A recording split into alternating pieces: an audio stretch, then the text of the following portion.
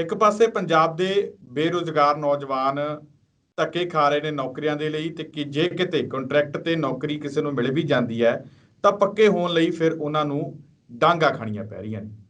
ਕਿਤੇ ਈਟੀਟੀ ਅਧਿਆਪਕ, ਕਿਤੇ ਨਰਸਾਂ, ਕਿਤੇ ਕੋਈ ਹੋਰ ਮੁਲਾਜ਼ਮ ਜਿਹੜੇ ਹੈ, ਥਾਈਂ ਥਾਈਂ ਆਪਾਂ ਦੇਖਦੇ ਹਾਂ ਕਿ ਸਰਕਾਰ ਉਹਨਾਂ ਦੇ ਲਾਠੀ ਚਾਰਜ ਕਰਦੀ ਹੈ, ਪਾਣੀ ਦੀਆਂ ਬਛਾੜਾਂ ਚਲਾਉਂਦੀ ਹੈ, ਤੇ ਕਿਤੇ ਤਾਂ ਕੋਈ ਟੈਂਕੀ ਤੇ ਚੜ੍ਹਾ ਬੈਠਾ, ਤੇ ਕਿਤੇ ਕਿਤੇ ਉਹਨਾਂ ਨੂੰ ਨਹਿਰਾਂ ਦੇ ਵਿੱਚ ਵੀ ਛਾਲਾਂ ਵੀ ਮਾਰਨੀਆਂ ਪੈ ਰਹੀਆਂ ਨੇ ਨੌਕਰੀ ਵਾਸਤੇ। ਤਾਂ ਕਿਤੇ ਕਿਤੇ ਮੌਕਾ ਅਜਿਹਾ ਵੀ ਆਇਆ ਜਿੱਥੇ ਜਿਨ੍ਹਾਂ ਦੇ ਪਰਿਵਾਰਕ ਮੈਂਬਰ ਕਿਸੇ ਪੋਲੀਟੀਸ਼ੀਅਨ ਦੀ ਬੱਸਾਂ ਦੇ ਥੱਲੇ ਆ ਕੇ ਮਰ ਗਏ, ਉਹਨਾਂ ਨੂੰ ਨੌਕਰੀ ਦਿੱਤੀ ਜਾਂਦੀ ਰਹੀ। ਸਵਾਲ ਉੱਠਦੇ ਰਹੇ ਕਿ ਭਾਈ ਹੁਣ ਸਾਡੇ ਬੱਚਿਆਂ ਨੂੰ ਨੌਕਰੀ ਦਿਵਾਉਣ ਦੇ ਲਈ ਸਾਨੂੰ ਬੱਸਾਂ ਦੇ ਥੱਲੇ ਆਉਣਾ ਪਿਆ ਕਰੂਗਾ।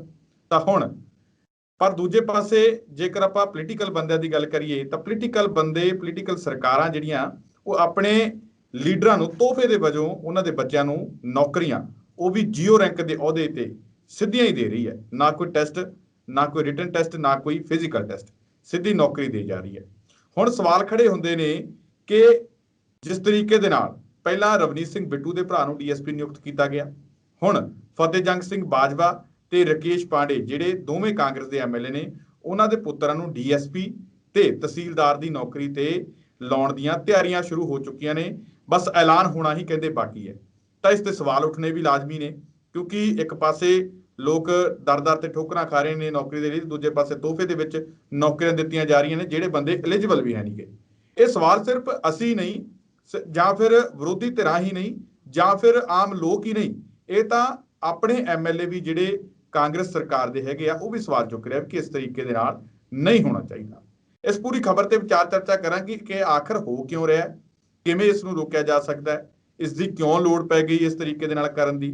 ਇਸ ਪੂਰੀਆਂ ਗੱਲਾਂ ਨੂੰ ਵਿਚਾਰਾਂਗੇ ਤੇ ਵਿਚਾਰਨ ਦੇ ਲਈ ਮੇਰੇ ਨਾਲ ਮਹਿਮਾਨ ਦੇ ਤੌਰ ਤੇ ਮੌਜੂਦ ਨੇ ਪ੍ਰੋਫੈਸਰ ਮਨਜੀਤ ਸਿੰਘ ਅਣਖੀ ਸਾਹਿਬ। ਸਭ ਤੋਂ ਪਹਿਲਾਂ ਉਹਨਾਂ ਦਾ ਸਵਾਗਤ ਕਰਦੇ ਹਾਂ। ਅਣਖੀ, ਸਵਾਗਤ ਹੈ ਪ੍ਰੋਗਰਾਮ 'ਚ। ਬਹੁਤ ਬਹੁਤ ਧੰਨਵਾਦ ਜੀ।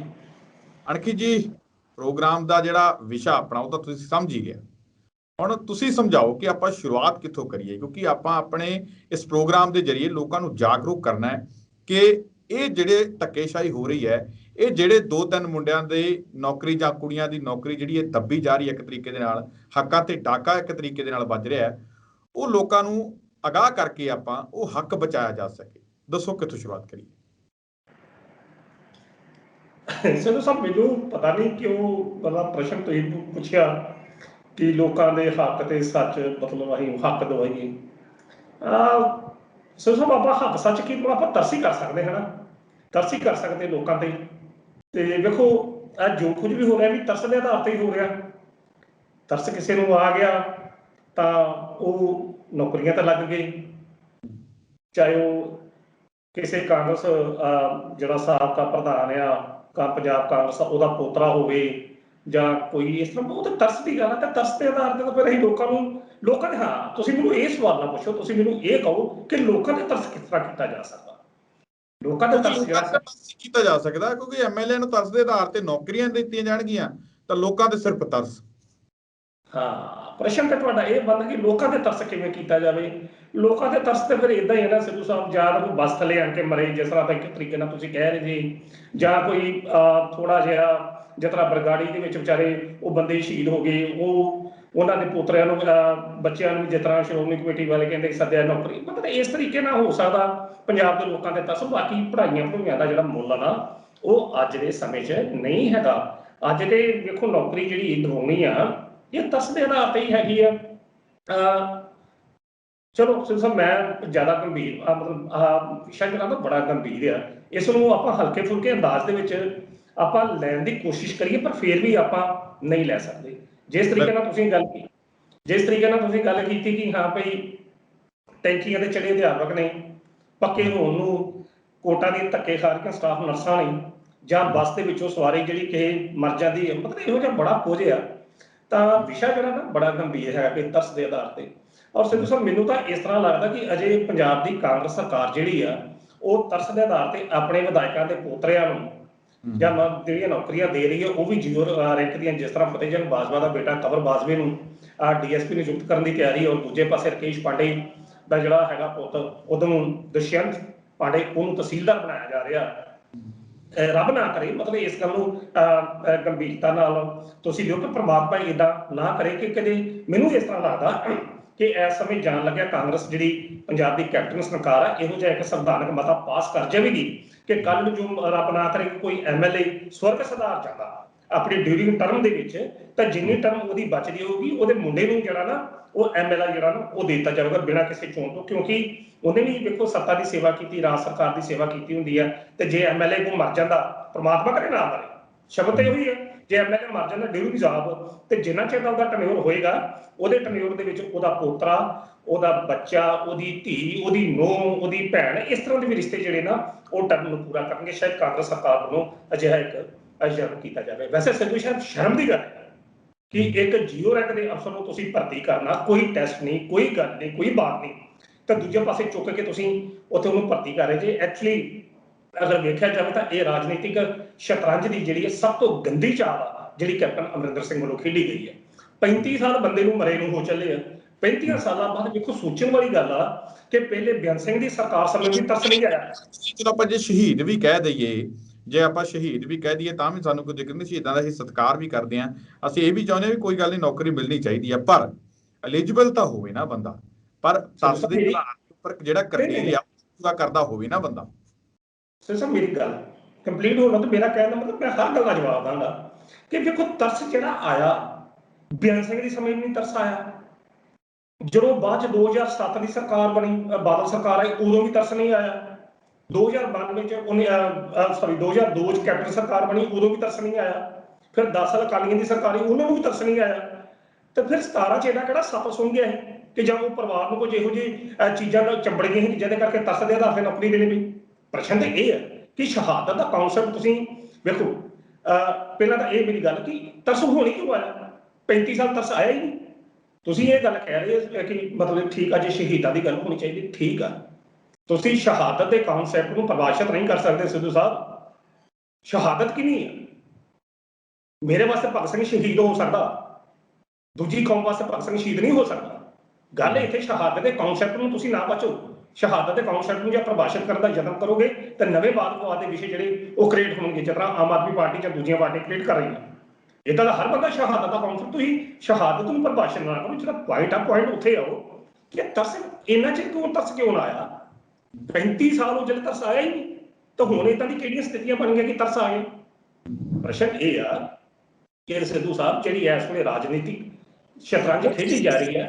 ਮੈਂ ਹੋਰ ਤੁਹਾਨੂੰ ਭੁੱਲ ਜੂੰਗਾ, ਉਧਰ ਜਿਹੜੇ ਕਰਤਾਰ ਸਿੰਘ ਸਰਾਭੇ ਜਾਂ ਮਾਫ ਕਰਨਾ ਊਧਮ ਸਿੰਘ ਦੀ ਜਿਹੜੇ ਸ਼ਹੀਦ ਨੇ, ਇੰਨਾ ਟਾਈਮ ਹੋ ਗਿਆ ਉਹਨਾਂ ਨੂੰ ਸ਼ਹੀਦ ਹੋਇਆ ਨੂੰ, ਉਹਨਾਂ ਦੇ ਆਪਾਂ ਸੋਸ਼ਲ ਮੀਡੀਆ ਦੇ ਉੱਪਰ ਪੋਸਟਾਂ ਦੇਖਦੇ ਰਹਿੰਦੇ ਆ ਕਿ ਉਹਨਾਂ ਦੇ ਕੋਈ ਪੋਤਰੇ ਜਾਂ ਕੋਈ ਅੱਗੇ ਪੋਤਰੇ ਜਿਹੜੇ ਆ ਉਹਦਾ ਦਿਹਾੜੀਆਂ ਕਰ ਰਹੇ ਨੇ, ਉਹ ਦਿਹਾੜੀ ਕਰਕੇ ਆਪਣਾ ਜੀਵਨ ਬਸਰ ਕਰ ਰਹੇ ਨੇ। ਜੇ ਮੈਂ ਸਹੀ ਆ ਤਾਂ, ਜੇਕਰ ਪੋਸਟਾਂ ਵੀ ਉਹ ਸਹੀ ਨੇ ਤਾਂ, ਜੇਕਰ ਉਹਨਾਂ ਦੀ ਆਪਾਂ ਗੱਲ ਮੰਨੀਏ ਤਾਂ ਉਹਨਾਂ ਤੇ ਇੰਨੇ ਸਮਿਆਂ ਦਾ ਤਰਸ ਨਹੀਂ ਆਇਆ, ਇਹਨਾਂ ਨੂੰ 35 ਸਾਲਾਂ ਦੇ ਵਿੱਚ ਚਲੋ ਤਰਸ ਆ ਗਏ। ਨਹੀਂ, ਇਹ ਤਾਂ ਬੜੀ ਖੁਸ਼ੀ ਦੀ ਮਤਲਬ ਗੱਲ ਹੈ ਕਿ ਤਰਸ ਤੇ ਚਲੋ ਆਇਆ। ਹੁਣ ਗੱਲ ਇਹੋ ਹੀ ਕਰਕੇ ਊਧਮ ਸਿੰਘ ਦਾ ਪੁੱਤਰਾ ਵਿਚਾਰਾ ਦਿਹਾੜੀਆਂ ਲਾਉਂਦਾ ਫਿਰਦਾ, ਗੱਲ ਤੇ ਇਹੋ ਹੀ ਹੈ ਨਾ। ਅਸਲ 'ਚ ਮੈਂ ਆਪਣੇ ਤੁਹਾਡੇ ਪ੍ਰਸ਼ਨ ਦਾ ਉੱਤਰ ਦੇਣਾ ਸੀ ਕਿ ਕੀ ਹੈ ਕਿ ਅਸਲ 'ਚ ਗੱਲ ਤਾਂ ਇਹੋ ਹੈ ਕਿ ਜਦੋਂ ਮੇਰੀ ਕੁਰਸੀ ਨੂੰ ਖਤਰਾ ਮਹਿਸੂਸ ਹੋਇਆ, ਫਤਿਹ ਜੰਗ ਬਾਜਵਾ ਉਹ ਬੰਦਾ ਸੀ ਜਿਹਨੇ ਕੈਪਟਨ ਦੇ ਖਿਲਾਫ ਬੋਲਿਆ ਪਿੱਛੇ, ਤਾਂ ਠੀਕ ਹੈ ਕੈਪਟਨ ਕੈਂਪ ਨੂੰ ਹੁਣ ਤਾਕਤਵਰ ਕਰਨ ਵਾਸਤੇ ਜਿਸ ਤਰੀਕੇ ਦੇ ਨਾਲ ਦਿੱਲੀ ਦੇ ਵਿੱਚ ਜਿਹੜੀ ਕਾਂਗਰਸ ਦੀ ਹਾਈ ਗਠਿਤ ਕਮੇਟੀ ਆ ਉਹਦੇ ਵੱਲੋਂ ਵਿਧਾਇਕਾਂ ਨੂੰ ਕੱਲੇ ਬੁਲਾ ਕੇ ਸੱਦਿਆ ਜਾ ਰਿਹਾ ਔਰ ਕੈਪਟਨ ਅਮਰਿੰਦਰ ਸਿੰਘ ਦੀ ਸਰਕਾਰ ਦੇ ਸੰਬੰਧੀ ਜਾਣਕਾਰੀ ਇਕੱਤਰ ਕੀਤੀ ਜਾ ਰਹੀ ਹੈ, ਉਹਦੀ ਕਾਰਜਸ਼ੈਲੀ ਸੰਬੰਧੀ ਇਕੱਤਰ ਕੀਤੀ ਜਾ ਰਹੀ ਆ, ਤਾਂ ਕੈਂਪ ਜਿਹੜਾ ਦੂਜੇ ਪਾਸੇ ਨਵਜੋਤ ਸਿੱਧੂ ਦਾ ਭਾਰਾ ਹੋ ਰਿਹਾ ਜਾਂ ਜਿਹੜੀ ਕਾਂਗਰਸ ਹਾਈ ਕਮਾਨ ਆ ਪੂਰਨ ਤੌਰ ਤੇ ਪੰਜਾਬ ਵਿੱਚ ਕੀ ਵਾਪਰਦਾ ਪਿਆ ਉਹ ਤੋਂ ਜਾਣੂ ਹੋ ਰਹੀ ਆ, ਤਾਂ ਫਿਰ ਜ਼ਰੂਰੀ ਹੈ ਨਾ ਕਿ ਆਪਣੇ ਕੈਂਪ ਨੂੰ ਤਗੜਾ ਕਰਨ ਵਾਸਤੇ ਜਿੱਥੇ ਅਸੀਂ 13 ਕਰੋੜ ਦੀ ਗ੍ਰਾਂਟ ਜਾਰੀ ਕਰਤੀ ਹੈ, ਜਿੱਥੇ ਅਸੀਂ ਇਹੋ ਜਿਹੇ MLA ਨੂੰ ਉਹਨਾਂ ਦੇ ਪੋਤਰਿਆਂ ਨੂੰ ਜਿਹੜੇ ਨੇ ਉਹਨਾਂ ਨੂੰ ਅਸੀਂ ਨੌਕਰੀਆਂ ਦੇ ਰਹੇ ਹਾਂ, ਇਸ ਤੋਂ ਬਾਅਦ ਹੋਰ ਵੀ ਬੜਾ ਕੁਝ ਹੋ ਸਕਦਾ। ਅੱਜ ਕੈਬਨਿਟ ਦੀ ਮੀਟਿੰਗ ਜਿਹੜੀ ਹੈ 2 ਵਜੇ ਨੂੰ, ਉਹਦੇ ਵਿੱਚ ਵੀ ਕੁਝ ਐਲਾਨ ਕੀਤੇ ਜਾ ਸਕਦੇ ਆ। ਅਸਲ 'ਚ ਸਿੱਧੂ ਸਾਹਿਬ ਇਹ ਤਰਸ ਦੀ ਭਾਵਨਾ ਨਹੀਂ ਆ, ਇਹ ਤਰਸ ਦੀ ਭਾਵਨਾ ਤੇ ਨੌਕਰੀ ਨਹੀਂ ਦਿੱਤੀ ਗਈ। ਇਹ ਅਸੀਂ ਕਹਿੰਦੇ ਨਾ ਕਿ ਇੱਕ ਲਾਲਚ ਦੇ ਕੇ ਆਪਣੇ ਵੱਲ ਖਿੱਚਣ ਦਾ ਯਤਨ ਕੀਤਾ ਗਿਆ। ਜਦੋਂ ਕਿਸੇ ਨੂੰ ਪੁਚਕਾਰ ਦਿੱਤਾ ਜਾਵੇ ਤਾਂ ਅਗਲਾ ਵੀ ਕਿਉਂ ਬੋਲੂਗਾ? ਵੇਖੋ ਪੰਜਾਬ ਦੇ ਮੁੱਦੇ ਜਾਂਦੇ ਠੱਠੇ ਖੂਜ, ਕਿਤੇ ਐ ਨਹੀਂ ਲੱਗਦਾ ਕਿ ਹੁਣ ਜਿਹੜਾ ਅੱਗੇ ਕ੍ਰਾਈਟੇਰੀਆ ਹੁੰਦਾ ਸੀ DSP ਜਾਂ ਹੋਰ ਕਿਸੇ ਦਾ, ਪਹਿਲਾਂ ਫਿਜ਼ੀਕਲ ਟੈਸਟ ਕਲੀਅਰ ਕਰਨਾ, ਫਿਰ ਰਿਟਨ ਟੈਸਟ ਕਲੀਅਰ ਕਰਨਾ, ਫਿਰ ਇੰਟਰਵਿਊ ਦੇਣੀ, ਹੁਣ ਤੁਹਾਨੂੰ ਲੱਗਦਾ ਨਹੀਂ ਕ੍ਰਾਈਟੇਰੀਆ ਬਦਲ ਗਿਆ? ਤੁਸੀਂ ਚੋਣ ਲੜੋ, ਤੁਸੀਂ MP ਬਣੋ, ਤੁਸੀਂ MLA ਬਣੋ, ਫਿਰ ਤੁਸੀਂ ਸਰਕਾਰ ਦੇ ਵਿੱਚ ਮੁੱਖ ਮੰਤਰੀ ਨਾਲ ਨਾਰਾਜ਼ ਹੋ ਜਾਓ, ਫਿਰ ਨੌਕਰੀ ਮਿਲੇਗੀ। ਹਾਂ ਬਿਲਕੁਲ ਜੀ, ਇਹ ਨਵੀਆਂ ਸ਼ਰਤਾਂ ਨੇ, ਇਹ ਤਾਂ ਨਵੀਆਂ ਸ਼ਰਤਾਂ ਹੋਣੀਆਂ ਚਾਹੀਦੀਆਂ। ਇਹ ਸ਼ਰਤਾਂ ਬਣਨਗੀਆਂ ਵੇਖੋ ਕਿੰਨਾ ਵਧੀਆ। ਔਰ ਦੂਸਰੇ ਪਾਸੇ ਇਹ ਵੀ ਸ਼ਰਤਾਂ ਹੋਣੀਆਂ ਚਾਹੀਦੀਆਂ ਨੇ। ਵੇਖੋ ਆਹ ਤਾਂ ਤੁਸੀਂ ਨੌਕਰੀ ਦੀ ਗੱਲ ਕੀਤੀ ਆ, ਕੱਲ ਨੂੰ ਜਿਹੜਾ ਇਸ ਤਰ੍ਹਾਂ ਐਮਐਲਏ ਰੱਬ ਨਾ ਕਰੇ ਉਸ ਵਰਗ ਸੁਧਾਰ ਜਾਂਦਾ ਡਿਊਰਿੰਗ ਜੌਬ ਡਿਊਰਿੰਗ ਸੇਵਾ ਕਰਦੇ ਆ, ਉਹਦਾ ਧੀ ਪੁੱਤ ਵੀ ਐਮਐਲਏ ਬਣੇਗਾ ਬਿਨਾਂ ਕਿਸੇ ਚੋਣ ਲੜਿਆ, ਬਿਨਾਂ ਕੋਈ ਨੋਮੀਨੇਸ਼ਨ ਚੋਣ ਕਮਿਸ਼ਨ ਵੱਲੋਂ ਉਹ ਐਮਪੀ ਵੀ ਬਣ ਸਕਦਾ, ਐਮਐਲਏ ਵੀ ਬਣ ਸਕਦਾ। ਇਹ ਜਿਹੜੀਆਂ ਨਵੀਆਂ ਪਿਰਤਾਂ ਪੈ ਰਹੀਆਂ ਨੇ ਸਾਨੂੰ ਸਾਰਿਆਂ ਨੂੰ ਇਹਦਾ ਸਵਾਗਤ ਕਰਨਾ ਚਾਹੀਦਾ, ਕਿਉਂਕਿ ਦੂਜੇ ਪਾਸੇ ਇਹ ਵੀ ਹੈ ਗੱਲ, ਜਿਹੜੇ ਤਾਂ 40 ਸਾਲ ਨੌਕਰੀ ਕਰ ਜਾਂਦੇ ਆ, 40 ਸਾਲ ਤਕਰੀਬਨ ਆਪਾਂ ਕਹਿ ਸਕਦੇ, ਕਿਉਂਕਿ ਜੇ 18-19 ਸਾਲ ਦੀ ਨੌਕਰੀ ਮਿਲੇ 40-42 ਸਾਲ 60 ਸਾਲ ਦੇ ਵਿੱਚ ਜਾ ਕੇ ਰਿਟਾਇਰ ਹੋ ਜਾਂਦਾ, ਉਹਨਾਂ ਦੀ ਤਾਂ ਜਿਹੜੀ ਹੈ ਪੈਨਸ਼ਨ ਬੰਦ ਹੈ। ਜੇਕਰ ਕੋਈ 5 ਸਾਲ ਲਈ, ਜੇ ਕੋਈ ਜਿਮਨੀ ਚੋਣ ਜਿੱਤ ਕੇ ਸਾਲ ਲਈ, 1.5 ਸਾਲ ਲਈ, 2.5 ਸਾਲ ਲਈ ਵੀ ਐਮਐਲਏ ਰਹਿ ਜੇ, ਉਹਨੂੰ ਸਾਰੀ ਉਮਰ ਲਈ ਪੈਨਸ਼ਨ ਲੱਗ ਜਾਂਦੀ। ਸਿੱਧੂ ਸਾਹਿਬ ਦਾ ਕਾਰਨ ਵੇਖੋ ਨਾ, ਉਹਨਾਂ ਨੇ ਕੇਵਲ ਜਿਹੜਾ ਇੱਕ ਆਦਮੀ ਨੌਕਰੀ ਕਰਦਾ ਉਹ ਇੱਕ ਪਰਿਵਾਰ ਨੂੰ ਪਾਲਦਾ, ਇੱਕ ਐਮਐਲਏ, ਇੱਕ ਮੰਤਰੀ, ਇੱਕ ਹਲਕੇ ਨੂੰ ਪਾਲਦਾ, ਉਹਦੀਆਂ ਜ਼ਿੰਮੇਵਾਰੀਆਂ ਜ਼ਿਆਦਾ ਨੇ। ਤੁਸੀਂ ਪਤਾ ਨਹੀਂ ਕੀ ਗੱਲ, ਤੁਸੀਂ ਇਸ ਗੱਲ ਨੂੰ ਕਿਉਂ ਨਹੀਂ ਸਮਝ ਰਹੇ। ਇੱਕ ਐਮਐਲਏ ਪੈਨਸ਼ਨ ਤਾਂ ਬਣਦੀ, ਉਹ ਬੇਸ਼ੱਕ ਇੱਕ ਦਿਨ ਵਾਸਤੇ ਵੀ ਐਮਐਲਏ ਰਿਹਾ ਜਾਂ 6 ਮਹੀਨੇ ਵਾਸਤੇ, ਵੇਖੋ ਉਹਨੇ ਇੱਕ ਇਲਾਕੇ ਨੂੰ ਪਾਲਦਾ। ਜੇ ਐਮਐਲਏ ਹੋਵੇ ਨਾ ਫਿਰ ਹਲਕਾ ਤੁਹਾਨੂੰ ਪਤਾ ਕਿੱਥੇ ਪਲਦਾ। ਇੱਕ ਸਧਾਰਨ ਬੰਦਾ ਤੇ ਬੰਦੇ ਦੀ ਕੋਈ ਔਕਾਤ ਥੋੜਾ ਹੈ, ਬੰਦਾ ਤੇ ਇੱਕ ਕੀੜਾ ਨੂੰ ਪਾਉਣਾ। ਦੂਜੇ ਪਾਸੇ ਇੱਕ ਐਮਐਲਏ ਆ, ਇੱਕ ਮੰਤਰੀ ਹੈ, ਇੱਕ ਵਿਧਾਇਕ, ਉਹਦੀ ਜ਼ਿੰਮੇਵਾਰੀ ਆ, ਉਹਨੇ ਇੱਕ ਹਲਕੇ ਨੂੰ ਸਾਂਭਣਾ, ਔਰ ਦੂਜੇ ਪਾਸੇ ਉਹਨੇ ਕੌਮ ਦੀ ਸਰਕਾਰ ਦੀ ਨੁਮਾਇੰਦਗੀ ਕਰਨੀ ਆ। ਤਾਂ ਨੈਚੁਰਲੀ ਤੌਰ ਤੇ ਸੇਵਾ ਵੀ ਕਰਨੀ ਲੋਕਾਂ ਦੀ, ਉਹਨੇ ਸੇਵਾ ਵੀ ਕਰਨੀ। ਸਾਰੀ ਜਿਹੜੀ ਤੁਰੇ ਫਿਰਦੇ ਰਹਿੰਦੇ ਵਿਚਾਰੇ, ਲੋਕਾਂ ਦਾ ਕੋਈ ਕੰਮ ਲੈ ਕੇ, ਕਿਤੇ ਕਿਹਦਾ ਕੰਮ ਲੈ ਕੇ, ਲੋਕਾਂ ਦੇ ਕਿਤੇ ਕੰਮ ਅੜਦੇ ਆ, ਸੇਵਾ ਹੀ ਸੇਵਾ ਵਿਚਾਰੇ ਕਰ ਰਹੇ ਆ। ਤਾਂ ਬਸ ਉਹ ਸੇਵਾ ਕਰਕੇ ਉਹਦੀ ਪੈਨਸ਼ਨ ਬਣਦੀ ਆ। ਹੁਣ ਤੁਸੀਂ ਜੇ ਜਾਂ ਮੈਂ ਜੇ ਅਸੀਂ ਤੇ ਖਬਰਾਂ ਪੜ੍ਹਦੀਆਂ, ਖਬਰਾਂ ਦੇ ਵਿਚਾਰ ਚਰਚਾ ਕਰਦੀ, ਸਾਡਾ ਕੋਈ ਕੰਮ ਥੋੜਾ ਆ। ਕੰਮ ਉਹਨਾਂ ਦਾ ਵੇਖੋ, ਦਿੱਲੀ ਵੀ ਜਾਣਾ ਪੈਂਦਾ, ਚੰਡੀਗੜ੍ਹ ਵੀ ਜਾਣਾ ਪੈਂਦਾ, ਜਦੋਂ ਜਾਵਾਂਗੇ ਉੱਥੇ ਗੱਲਬਾਤ ਕਰਾਂਗੇ। ਤਾਂ ਉਹਨਾਂ ਦੀ ਜਿਹੜੀ ਪੈਨਸ਼ਨ ਹੈ ਜ਼ਰੂਰੀ ਆ। ਅੱਜ ਇੱਕ ਬੜਾ ਅਖਬਾਰਾਂ 'ਚ ਚਰਚਾ 'ਚ ਇੱਕ ਬਜ਼ੁਰਗ ਔਰ ਮਾਤਾ ਦੀ ਫੋਟੋ ਲੱਗੀ ਆ, 82 ਸਾਲ ਦਾ ਬਜ਼ੁਰਗ ਆ, 95 ਦੇ ਵਿੱਚ ਉਹ ਬੰਦਾ ਰਿਟਾਇਰ ਹੋਇਆ ਬਜ਼ੁਰਗ, 82 ਸਾਲ ਦਾ, ਨਾਲ ਉਹਦੀ 80 ਸਾਲ ਦੀ ਘਰ ਦੀ ਬੇਬੇ, ਦੋਵੇਂ ਜਣੇ ਕਹਿੰਦੇ ਕਿ ਹੁਣ ਅਸੀਂ ਭੁੱਖ ਹੜਤਾਲ ਤੇ ਮੈਂ 2 ਵਾਰੀ ਕੋਟਾ ਨੇ ਉਹਦੀ ਪੈਨਸ਼ਨ ਦਾ ਫੈਸਲਾ ਕਰ ਦਿੱਤਾ। 95 ਚ ਫੈਸਲਾ ਕਰਤਾ, 2008 ਚ ਕਰ ਦਿੱਤਾ ਕਿ ਇਹਨੂੰ ਪੈਨਸ਼ਨ ਦਿਓ, ਇਹਦੀ ਪੈਨਸ਼ਨ ਬਣਦੀ ਹੈ। ਬਜ਼ੁਰਗ ਸੀਨੀਅਰ ਸੈਕੰਡਰੀ ਸਕੂਲ ਚੋਂ ਸੇਵਾ ਮੁਕਤ ਹੋਇਆ, ਤੇ 2018 ਤੱਕ ਫਿਰ ਉਹ ਫੈਸਲਾ ਹੈ ਕਿ ਇਹਦੀ ਜੇਕਰ ਸਰਕਾਰ ਇਹਦਾ ਪੈਨਸ਼ਨ ਨਹੀਂ ਦਿੰਦੀ ਤਾਂ ਉਹ ਜਿਹੜੀ ਇਮਾਰਤ ਆ ਵੇਚ ਕੇ ਪੈਨਸ਼ਨ ਉਹਨੂੰ ਪੈਨਸ਼ਨ ਫਿਰ ਨਹੀਂ ਮਿਲੀ। ਤਾਂ ਹੁਣ ਵੇਖੋ ਨਾ, ਜੇਕਰ ਉਹ ਬੰਦਾ ਬਜ਼ੁਰਗ ਤਰੀਕੇ ਨਾਲ ਕਿਸੇ ਐਮਐਲਏ ਕੋਲ ਜਾਂਦਾ, ਕਿਸੇ ਵਿਧਾਇਕ ਕੋਲ ਜਾਂਦਾ, ਤਾਂ ਹੁਣ ਤੱਕ ਮਸਲਾ ਹੱਲ ਹੋਇਆ ਹੁੰਦਾ। ਸੋ ਸਥਿਤੀਆਂ ਇਹ ਨੇ, ਤੁਸੀਂ ਇਹੋ ਜਿਹੇ ਜਿਹੜੇ ਗਲਤ ਬਿਆਨਬਾਜ਼ੀ ਜਿਹੜੀ ਕਰ ਰਹੇ ਸੀ ਨਾ ਕਿ ਵੇਖੋ ਜੀ ਉਹਦੀ ਵਿਧਾਇਕ ਦੀ ਪੈਨਸ਼ਨ ਕਿਉਂ ਲੱਗੀ, ਵੇਖੋ ਉਹ ਲੋਕਾਂ ਦੀ ਸੇਵਾ ਕਰਦੇ ਨੇ, ਉਹਨਾਂ ਦਾ ਬੰਦਾ ਕਿ ਉਹ ਪੈਨਸ਼ਨ ਦਾ ਇਹ ਚਾਹੀਦੀ ਆ ਕਿ ਬਿਆਨ ਆਇਆ, ਉਹ ਕਹਿੰਦੇ ਕਿ ਉਹ ਗੁਰਕੀਰਤ ਕੋਟਲੀ ਐਮਐਲਏ ਆ ਜਿਹੜੇ, ਉਹ ਸਾਰਾ ਟੱਬਰ ਹੀ ਜਿਹੜੇ ਅਹੁਦਿਆਂ ਲਈ ਫਿਰਦਾ ਸਰਕਾਰਾਂ ਦੇ ਵਿੱਚ, ਉਹ ਵੀ ਇਹ ਗੱਲ ਕਹਿ ਰਹੇ ਆ। ਉਹ ਕਹਿੰਦੇ ਕਿ ਇਹ ਕੋਈ ਕੰਮ ਥੋੜੀ ਆ ਭਾਈ, ਇਹ ਪੋਲਿਟਿਕਸ ਦੇ ਵਿੱਚ ਆਉਣਾ ਕੋਈ ਕੰਮ ਥੋੜੀ ਆ, ਜਾਂ ਕੋਈ ਕਾਰੋਬਾਰ ਥੋੜੀ, ਇਹਦੇ ਨਾਲ ਸਾਡਾ ਕੋਈ ਕਹਿੰਦੇ ਗੁਜ਼ਾਰਾ ਥੋੜੀ ਚੱਲਦਾ, ਇਹ ਤਾਂ ਅਸੀਂ ਸੇਵਾ ਕਰ ਰਹੇ ਆ। ਉਹ ਤਾਂ ਲੋਕ ਕਹਿੰਦੇ ਸਾਨੂੰ ਵੈਸੇ ਜਿਤਾ ਦਿੰਦੇ ਆ, ਚਲੋ ਇਹਦੇ ਨਾਲ ਸਾਡਾ ਗੁਜ਼ਾਰਾ ਥੋੜੀ ਕਹਿੰਦੇ ਹੋ ਰਿਹਾ। ਨੌਕਰੀਆਂ ਤਾਂ ਫਿਰ ਜਿਹਦਾ ਹੱਕ ਬਣਦਾ ਕਹਿੰਦੇ ਮਿਲਣੀਆਂ ਚਾਹੀਦੀਆਂ, ਇਲੈਕਸ਼ਨ ਲੜ ਕੇ ਕਿਹੜਾ ਗੁਜ਼ਾਰਾ ਕਹਿੰਦੇ ਸਾਡਾ ਹੁੰਦਾ, ਅਸੀਂ ਤਾਂ ਸੇਵਾ ਕਰ ਰਹੇ ਆ ਇਹਦੇ ਵਿੱਚ। ਦੇਖੋ ਬਿਲਕੁਲ, ਉਹ ਵੇਖੋ ਮੈਂ ਤਾਂ ਤੁਹਾਨੂੰ ਕਹਿ ਰਿਹਾ ਕਿ ਉਹਨਾਂ ਦੇ ਜੋ ਬੋਲ ਨੇ, ਕੋਟਲੀ ਸਾਹਿਬ ਦੇ ਬੋਲ ਨੇ, ਬਿਲਕੁਲ ਉਹਨਾਂ ਦੀ ਸਾਨੂੰ ਪ੍ਰੋੜਤਾ ਕਰਨੀ ਚਾਹੀਦੀ ਹੈ। ਸਾਰੇ ਦੀ ਸੇਵਾ ਕਰਦੇ ਪਏ ਨੇ, ਸਾਰੇ ਦੀ ਸੇਵਾ ਬੇਅੰਤ ਸਿੰਘ ਹੋਣਾ ਨੇ ਤੇ 5 ਸਾਲ ਜਿੰਨਾ ਚਿਰ ਹੋ ਰਹੇ ਨੇ ਸੇਵਾ ਹੀ ਕੀਤੀ ਹੈ। ਵੱਖਰੀ ਗੱਲ ਹੈ ਕਿ ਉਹਨਾਂ ਦਾ ਪੋਤਰਾ ਫਿਰ ਬਾਅਦ ਦੇ ਵਿੱਚ ਇੱਕ ਇਹੋ ਜਿਹੇ ਕਾਤੀਆ ਕੇਸ ਵਿੱਚ ਫਸਿਆ, ਉਹ ਵੀ ਸੇਵਾ ਦਾ ਭਾਵ ਸੀ। ਬੜਾ ਕੁਝ ਇਹੋ ਜਿਹੀਆਂ ਚੱਕਰ ਜਿਹੜੀਆਂ ਨਾ ਚੱਲਦੇ ਨੇ। ਬਾਕੀ ਸਿੱਧੂ ਸਾਹਿਬ ਵੇਖੋ, ਚਲੋ ਆਪਾਂ ਇਸ ਹਲਕੇ ਫੁਲਕੇ ਅੰਦਾਜ਼ ਨੂੰ ਛੱਡ ਕੇ ਦੂਸਰੇ ਪਾਸੇ ਅਸਲ ਮੁੱਦੇ ਵੱਲ ਆਈਏ। ਸਿੱਧੂ ਸਾਹਿਬ, ਜੋ ਹੋ ਰਿਹਾ ਬਹੁਤ ਮਾੜਾ ਹੋ ਰਿਹਾ, ਬੜੀਆਂ ਗਲਤ ਪਰੰਪਰਾਵਾਂ ਜਿਹੜੀਆਂ ਉਹ ਪੈ ਰਹੀਆਂ ਨੇ। ਮੈਨੂੰ ਇੱਕ ਗੱਲ ਯਾਦ ਆ ਕਿ ਗੁਰੂ ਨਾਨਕ ਦੇਵ ਯੂਨੀਵਰਸਿਟੀ ਅੰਮ੍ਰਿਤਸਰ ਦੇ vice chancellor doctor Gurdeep Singh Randhawa ਹੁੰਦੇ ਸੀ, ਜਿਹੜੇ ਬੂਟਾ ਸਿੰਘ ਦੇ ਖਾਸ ਬੰਦੇ ਸੀ। ਇਹ ਮੈਂ ਗੱਲ 86-87 ਦੀ ਕਰ ਰਿਹਾ ਉਹਨਾਂ ਦਿਨਾਂ 'ਚ। ਔਰ ਉਹ ਬੂਟਾ ਸਿੰਘ ਦੇ ਕੋਟੇ 'ਚੋਂ ਅੰਮ੍ਰਿਤਸਰ ਗੁਰੂ ਨਾਨਕ ਦੇਵ ਯੂਨੀਵਰਸਿਟੀ ਦੇ ਵਾਈਸ ਚਾਂਸਲਰ ਲੱਗੇ। ਤਾਂ ਇੱਕ ਬੰਦਾ ਉਹ ਇਸੇ ਤਰੀਕੇ ਨਾਲ ਯੂਨੀਵਰਸਿਟੀ ਦੇ ਵਿੱਚ ਨੌਕਰੀ ਕਰਦਾ ਉਹ ਡਿਊਟੀ 'ਤੇ ਉਸ ਦੀ ਡੈਥ ਹੋ ਗਈ। ਤਾਂ ਜਿਹੜੇ ਕਰਮਚਾਰੀ ਸੀ, ਉਹਦੇ ਸਾਥੀ, ਉਹਨਾਂ ਨੇ ਫਾਈਲ ਬਣਾ ਕੇ ਰੰਧਾਵਾ ਸਾਹਿਬ ਦੇ ਅੱਗੇ ਪੇਸ਼ ਕੀਤੀ ਕਿ ਇਹਦੀ ਵਾਈਫ ਨੂੰ ਜਿਹੜੀ ਹੈ ਨੌਕਰੀ ਦਿੱਤੀ ਜਾਵੇ। ਤਾਂ ਨੌਕਰੀ ਜਿਹੜੀ ਉਹਨਾਂ ਨੇ ਕੀਤੀ, ਮੈਨੂੰ ਅੱਜ ਤੱਕ ਯਾਦ ਆ, ਉਹਨਾਂ ਕਹਿੰਦੇ ਜੀ ਇਹਦੀ 3 ਮਹੀਨੇ ਦੀ ਜਿਹੜਾ ਹਾਫ ਨੌਕਰੀ ਜਿਹੜੀ ਨਾ ਇਹਨੂੰ ਦੇ ਦਿੱਤੀ ਜਾਵੇ। ਤਾਂ ਜਦੋਂ ਵੀਸੀ ਰੰਧਾਵੇ ਦੇ ਅੱਗੇ ਉਹ ਫਾਈਲ ਗਈ ਤਾਂ ਵਾਈਸ ਚਾਂਸਲਰ ਨੇ ਕਲਰਕ ਨੂੰ, ਉਹ ਜਿਹੜਾ ਸੀ ਪੀਏ ਨੂੰ ਪੁੱਛਿਆ ਕਿ ਇਹ ਕੀ ਨਿਯਮ ਦੱਸੋ ਕਿ ਕਿਹੜੇ ਨਿਯਮ ਤੈਨੂੰ ਦੇਣੀ ਨਹੀਂ। ਜਿਸ ਤਰ੍ਹਾਂ ਤੁਸੀਂ ਗੱਲ ਕਰ ਰਹੇ ਜੇ ਕਿ ਬੰਦੇ ਦੀ ਕੁਆਲੀਫਿਕੇਸ਼ਨ ਪੂਰੀ ਹੋਵੇ, ਕੱਦ ਕਾਠ ਪੂਰਾ ਹੋਵੇ। ਤਾਂ ਉਹ ਕਹਿੰਦਾ ਜੀ, ਮੈਨੂੰ ਅੱਜ ਤੱਕ ਯਾਦ ਆ, ਉਹ ਜਿਹੜਾ ਰਜਿਸਟਰਾਰ ਸੀ ਜਾਂ ਪੀਏ, ਉਹਨਾਂ ਨੇ ਕਿਹਾ ਸਰ ਇਹ ਇੱਕ ਨਿਯਮ ਨਹੀਂ ਆ, ਇਹ ਪਰੰਪਰਾ ਹੈ। ਤਾਂ ਕਹਿੰਦੇ ਜਿਹੜੀ ਫਿਰ ਪਰੰਪਰਾ ਆ, ਤਾਂ ਪਰੰਪਰਾ ਨੂੰ ਜੇਕਰ ਅਸੀਂ ਨਿਭਾਉਣਾ ਤਾਂ ਘੱਟੋ ਘੱਟ ਉਹ ਨਿਯਮ, ਉਹ ਸ਼ਰਤਾਂ ਤੇ ਪੂਰੀਆਂ ਹੋਣ।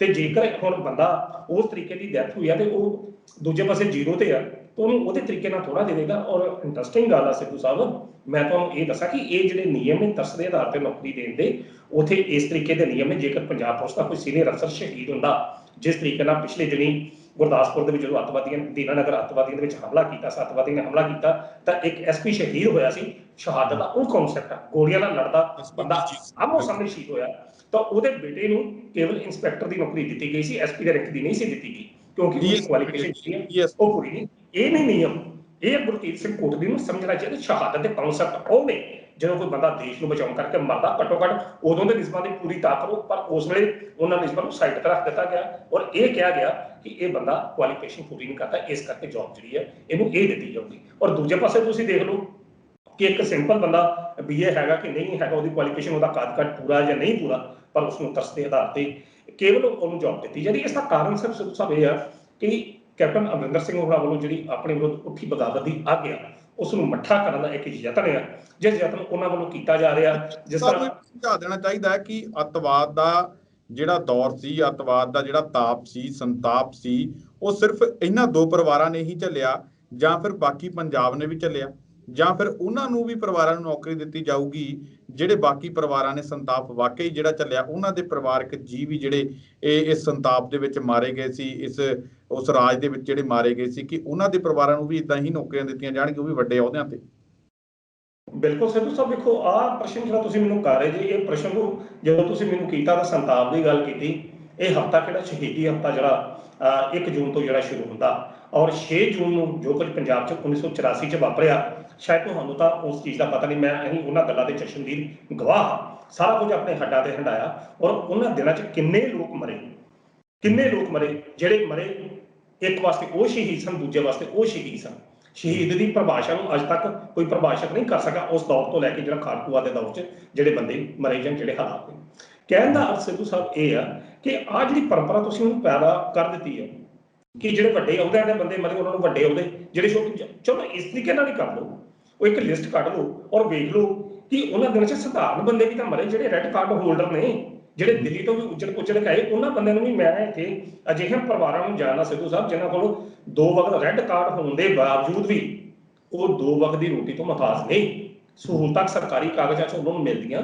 ਘੱਟੋ ਘੱਟ ਜੇਕਰ ਤੁਸੀਂ ਵਾਕਿਆ ਹੀ ਕੁਝ ਲੋਕਾਂ ਦਾ ਸਾਰਨਾ ਚਾਹੁੰਦੇ ਜੇ, ਤਾਂ ਫਿਰ ਇਹ ਜਿਹੜੀ ਵੇਖਣੀ ਹੈ ਜਾਂ ਐਨਕ ਜਿਹੜੀ ਆ ਉਹ ਬਰਾਬਰ ਰੱਖੋ।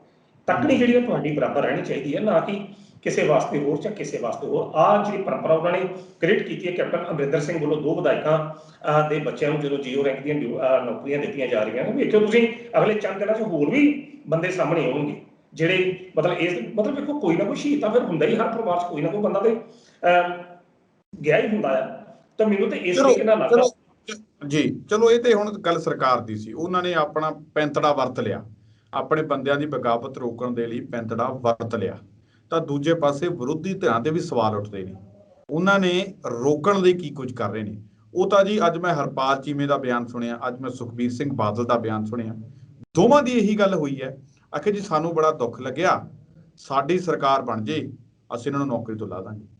ਵੀ ਜੇ ਨਾ ਤੁਹਾਡੀ ਸਰਕਾਰ ਬਣੇ, ਨਾ ਤੁਸੀਂ ਉਹਨਾਂ ਨੂੰ ਨੌਕਰੀ ਤੋਂ ਲਾਹੋ, ਤੁਸੀਂ ਪਹਿਲਾਂ ਇਹ ਤਾਂ ਦੱਸੋ ਨਾ ਵੀ ਸਾਡੀ ਸਰਕਾਰ ਬਣਨ ਤੋਂ ਪਹਿਲਾਂ ਇਹ ਜਿਹੜਾ ਗਲਤ ਕੰਮ ਇਹ ਕਰ ਰਹੇ ਆ, ਅੱਜ ਉਹਨੂੰ ਰੋਕਣ ਦੇ ਲਈ ਤੁਸੀਂ ਕਰ ਕੀ ਰਹੇ ਹੋ। ਬਿਲਕੁਲ ਸਿੱਧੂ ਸਾਹਿਬ, ਦੇਖੋ ਕਿ ਉਹਨਾਂ ਕੋਲ ਕੋਈ ਆਪਾਂ ਕਹਿ ਸਕਦੇ ਹਾਂ ਕਿ ਪ੍ਰੋਗਰਾਮ ਹੀ ਨਹੀਂ ਹੈ ਕਿ ਇਸ ਗੱਲ ਨੂੰ ਅਸਲ 'ਚ ਕਾਰਨ ਕੀ ਆ, ਕਿਉਂਕਿ ਇਸ ਹਮਾਮ 'ਚ ਸਭ ਨੰਗੇ ਨੇ। ਇਹ ਇੱਕ ਬਿਆਨ ਦਿੱਤਾ ਗਿਆ ਕਿਉਂਕਿ ਆਮ ਆਦਮੀ ਪਾਰਟੀ ਤਾਂ ਹੁਣ ਉਸ ਸਥਿਤੀ ਦੇ ਵਿੱਚ ਆਈ ਹੈ ਕਿ ਜਿੱਥੇ ਉਹਨਾਂ ਕੋਲ ਸ਼ਾਇਦ ਸ਼ਹੀਦਾਂ ਦੀ ਲਿਸਟ ਜਿਹੜੀ ਹੈ ਉਹ ਨਹੀਂ ਹੈਗੀ ਕਿ ਉਹਨਾਂ ਦੇ ਪਰਿਵਾਰ ਦੇ ਕੋਈ ਇਸ ਤਰੀਕੇ ਨਾਲ ਬੰਦੇ ਅੱਤਵਾਦੀਆਂ ਦੇ ਹੱਥੋਂ ਮਰੇ ਹੋਣ ਤੇ ਜਿਨ੍ਹਾਂ ਦਾ ਸ਼ਹੀਦ ਦਾ ਕਨਸੈਪਟ ਹੋਵੇ ਤਾਂ ਉਹਨਾਂ ਨੌਕਰੀਆਂ ਦਿੱਤੀਆਂ ਹੋਣ, ਉਹ ਸ਼ਾਇਦ ਇਸ ਕਰਕੇ ਕਹਿ ਰਹੇ ਕਿ ਕੱਢ ਰਹੇ ਆ। ਪਰ ਦੂਜੇ ਪਾਸੇ ਸ਼੍ਰੋਮਣੀ ਅਕਾਲੀ ਦਲ ਬਾਦਲ ਦੀ ਜਿਹੜੀ ਸਥਿਤੀ ਹੈ ਨਾ, ਬੜੀ ਲੰਬੀ ਹੋ ਸਕਦੀ। ਉਹਦੇ 'ਚ ਤਾਂ ਗੁਰਚਰਨ ਸਿੰਘ ਟੌੜੇ ਹੋਰਾਂ ਨੂੰ ਵੀ ਗੋਲੀਆਂ ਮਾਰੀਆਂ ਗਈਆਂ ਸੀ, ਉਹਨਾਂ ਦਾ ਸਾਥੀ ਸ਼ੇਰ ਸਿੰਘ ਡੂਮਛੇੜੀ ਮਾਰਿਆ ਗਿਆ ਸੀ। ਤਾਂ ਉਹ ਲਿਸਟ ਸ਼੍ਰੋਮਣੀ ਅਕਾਲੀ ਦਲ ਦੇ ਵਿੱਚ ਇਹੋ ਜਿਹੇ ਬੜੇ ਬੰਦੇ ਨੇ ਕਿ ਜਿਹੜੇ ਸ਼ਹਾਦਤ ਦੇ ਕਨਸੈਪਟ, ਉਹ ਗੱਲ ਇੱਦਾਂ ਹੋਊਗੀ ਜਿਸ ਤਰੀਕੇ ਨਾਲ ਬਾਦਲ ਤੇ ਕੈਪਟਨ ਅਮਰਿੰਦਰ ਸਿੰਘ ਹੋਰਾਂ ਵੱਲੋਂ ਆਪਸ ਲੱਗਦਾ ਕਿ ਰਲੇ ਨੇ। ਇਹ ਵੀ ਹੋ ਸਕਦਾ ਕਿ ਕੋਈ ਨਹੀਂ ਤੁਸੀਂ ਭਰਤੀ ਕਰ ਲਓ, ਆ ਇੱਕ ਲਿਸਟ ਸਾਡੀ ਵੀ ਹੈਗੀ, 10 ਬੰਦੇ ਸਾਡੇ ਵੀ ਸੈੱਟ ਕਰ ਲਓ, ਇਹ ਵੀ ਹੋ ਸਕਦਾ। ਉਹ ਇਸ ਕਰਕੇ ਇਹ ਗੱਲ ਕਹੀ ਜਾ ਰਹੀ ਹੈ ਕਿ ਵੇਖੋ ਬੜਾ ਵਧੀਆ ਤੁਸੀਂ ਪ੍ਰਸ਼ਨ ਕੀਤਾ ਕਿ ਉਹ ਕਹਿੰਦੇ ਕਿ ਜਦੋਂ ਸਰਕਾਰ ਬਣੂਗੀ, ਨਾ ਸਰਕਾਰ ਬਣੇ ਨਾ ਬੰਦੇ ਹੋਣ, ਜਦੋਂ ਬਣ ਵੀ ਗਈ ਉਹਨਾਂ ਚਿਰ ਨੂੰ ਇਹਨਾਂ ਨੂੰ 3-3 ਸਾਲ ਹੋ ਗਏ ਹੋਣੇ ਆ, ਤੇ ਸਰਵਿਸ ਸਿਕਿਉਰਿਟੀ ਐਕਟ ਇਹਨਾਂ ਤੇ ਲਾਗੂ ਹੋ ਗਿਆ ਹੋਣਾ, ਤੇ ਕਿੱਥੋਂ ਕੱਢ ਲੋਗੇ ਬਾਹਰ। ਕਿੱਥੋਂ ਬਾਹਰ ਕੱਢ ਲਓਗੇ। ਸੋ ਇਹ ਜਿਹੜੇ ਬਿਆਨ ਸਿਰਫ ਬਿਆਨ ਨਹੀਂ ਚਾਹੀਦਾ, ਤੇ ਇਹ ਸੀ ਕਿ ਸਰਕਾਰ ਦੇ ਇਹ ਜਿਹੜਾ ਇਹਨਾਂ ਕਦਮ ਨੂੰ ਵੀ ਚੁੱਕ ਐਂ ਰਹੀ ਆ। ਦਿਖਦਾ ਵੀ ਚਲੋ ਠੀਕ ਆ, ਇਹਨਾਂ ਨੇ ਜੇ ਕਰਦੇ ਆ ਤਾਂ ਕਰ ਲੈਣ ਦਿਓ, ਜੇ ਕੱਲ ਨੂੰ ਸਾਡੀ ਸਰਕਾਰ ਬਣ ਲਓ ਆ ਵੀ ਜਾਂਦੀ ਹੈ, ਕੱਢਣਾ ਕੁੱਢਣਾ ਤਾਂ ਚਲੋ ਕੀ ਆ, ਇਹਨਾਂ ਦਾ ਸਹਾਰਾ ਲੈ ਕੇ ਅਸੀਂ ਆਪਣੇ ਵੀ 2-4 ਬੰਦੇ 5-7 ਜਿਹੜੇ ਐਡਜਸਟ ਕਰਾ। ਬਿਲਕੁਲ ਬਿਲਕੁਲ, ਇਹਨਾਂ ਦੀ ਆੜ ਚ 4 ਅਸੀਂ ਵੀ ਭਰਤੀ ਕਰਾਂਗੇ। ਮਤਲਬ ਦੇਖੋ ਨਾ, ਗੱਲ ਤਾਂ ਸਾਰੀ ਇਹੋ ਸੀ। ਤੁਸੀਂ ਉਹ ਸਰਕਾਰ ਨੂੰ ਤਾਂ ਬੜੀ ਦੂਰ ਦੀ ਗੱਲ ਆ। ਤੁਸੀਂ ਦੇਖਣਾ ਕਿ ਇਹਨਾਂ ਦਿਨਾਂ 'ਚ ਇੱਕ ਲਿਸਟ ਜਿਹੜੀ ਸ਼ਾਇਦ ਗੁਪਤਾ ਉੱਤੇ ਚੜ ਜੂਗੀ ਕਿ ਇਹ ਵੀ ਬੰਦੇ ਭਰਤੀ ਕਰਦੇ ਆ, ਇਹ ਵੀ ਸ਼ਹੀਦਾਂ ਦੇ ਪਰਿਵਾਰਾਂ ਨਾਲ ਸੰਬੰਧਿਤ ਨੇ। ਸੋ ਕਹਿਣ ਦਾ ਅਰਥ ਆ ਕਿ ਵੇਖੋ ਸਿੱਧੂ ਸਾਹਿਬ, ਜਿਹੜੇ ਵਾਕਿਆ ਹੀ ਅੱਤਵਾਦ ਦੇ ਦੌਰ 'ਚ, ਖਾੜਕੂਵਾਦ ਦੇ ਦੌਰ 'ਚ ਜਿਹੜੇ ਬੰਦੇ ਮਾਰੇ, ਚਾਹੇ ਉਹ ਕਿਸੇ ਵੀ ਫਿਰਕੇ ਦੇ ਸਨ, ਉਹ ਸ਼ਹੀਦਾਂ ਦਾ ਨਾਮ ਤੁਸੀਂ ਦੇ ਲਓ, ਕਹਿ ਲਓ, ਕੋਈ ਗੱਲ ਨਹੀਂ, ਪਰ ਉਹਨਾਂ ਪਰਿਵਾਰਾਂ ਦੀ ਦੇਖਭਾਲ ਹੋਣੀ ਚਾਹੀਦੀ ਹੈ ਜਿਨ੍ਹਾਂ ਦੇ ਸਿਰ ਦਾ ਸਹਾਰਾ ਨਹੀਂ ਰਿਹਾ। ਪਰ ਉਹ ਪਰਿਵਾਰ ਜਿਹੜੇ ਸਭ ਕੁਝ ਰੱਜੇ ਪੁੱਜੇ। ਆਪਣੇ ਦਰਸ਼ਕਾਂ ਨੂੰ ਵੀ ਕਹਿਣਾ ਚਾਹੁੰਦਾ, ਸਾਨੂੰ ਦਿੱਕਤ ਕੋਈ ਨਹੀਂ ਨੌਕਰੀ ਦੇਣ ਦੇ ਵਿੱਚ, ਅਸੀਂ ਵਿਰੋਧ ਤਾਂ ਨਹੀਂ ਕਰਦੇ ਨੌਕਰੀ ਦੇਣ ਦੀ, ਪਰ ਨੌਕਰੀ ਉਹਨੂੰ ਦਿਓ ਜਿਹਨੂੰ ਲੋੜ ਹੈ, ਜਿਹੜਾ ਕ੍ਰਾਈਟੇਰੀਆ ਐਲੀਜੀਬਿਲਟੀ ਜਿਹਦੀ ਪੂਰੀ ਹੁੰਦੀ ਹੈ, ਉਹਨੂੰ ਨੌਕਰੀ ਦਿਓ। ਜਿਹੜੇ ਤਰਸ ਦੇ ਆਧਾਰ ਦੇ ਜਿਹੜੇ ਇਹ ਸਕੀਮ ਹੈ, ਤਰਸ ਦੇ ਆਧਾਰ ਦੀ ਜਿਹੜੀ ਆਪਾਂ ਕ੍ਰਾਈਟੇਰੀਆ ਕਹਿੰਦੇ ਆ, ਜਿਹੜੇ ਉਹਦੇ ਅੰਡਰ ਆਉਂਦੇ ਆ ਉਹਨਾਂ ਨੂੰ ਨੌਕਰੀ ਦਿਓ। ਇਹ ਨਹੀਂ ਵੀ ਤੁਹਾਡੀ ਪਾਰਟੀ ਦੇ ਅੰਦਰ ਬਗਾਵਤ ਹੋ ਗਈ ਤੇ 35 ਸਾਲ ਪੁਰਾਣਾ ਤੁਸੀਂ ਮਾਮਲਾ ਕੱਢ ਕੇ ਦਾਦੇ ਦੀ ਜਗ੍ਹਾ ਤੇ ਨੌਕਰੀ ਦੇ ਦਿਓ। ਔਰ ਦੇਖੋ ਈਵਨ ਕਿ ਸਿੱਧੂ ਸਾਹਿਬ, ਜਿਹੜਾ ਗ੍ਰਹਿ ਮੰਤਰਾਲੇ ਤੇ ਕੁਝ ਰਿਪੋਰਟਾਂ ਇਸ ਤਰੀਕੇ ਦੀਆਂ ਆਈਆਂ, ਗ੍ਰਹਿ ਮੰਤਰਾਲੇ ਨੇ ਵੀ ਇਸ ਗੱਲ ਤੇ ਆਬਜੈਕਸ਼ਨ ਲਾਇਆ, ਜਿਹੜੇ ਉਹਦੇ ਆਫੀਸਰ ਸਨ, ਕਿ ਇਹ ਨੌਕਰੀ ਨਹੀਂ ਦਿੱਤੀ ਜਾ ਸਕਦੀ ਤਰਸ ਦੇ ਆਧਾਰ ਤੇ, ਇਹ ਬੰਦੇ ਐਲੀਜੀਬਲ ਯੋਗ ਨਹੀਂ ਹਨ, ਕਿਉਂਕਿ ਉਹਨਾਂ ਨੂੰ ਦਿੱਤੀ ਜਾਂਦੀ ਹੈ ਜਿਨ੍ਹਾਂ ਦਾ ਆਰਥਿਕ ਸਥਿਤੀ ਜਿਹੜੀ ਆ ਕੋਈ ਆਰਥਿਕਤਾ ਨਹੀਂ ਚੱਲ ਸਕਦੀ, ਜਿਨ੍ਹਾਂ ਦਾ ਮੋਢੀ ਪਰਿਵਾਰ ਚੋਂ ਖਤਮ ਹੋ ਗਿਆ।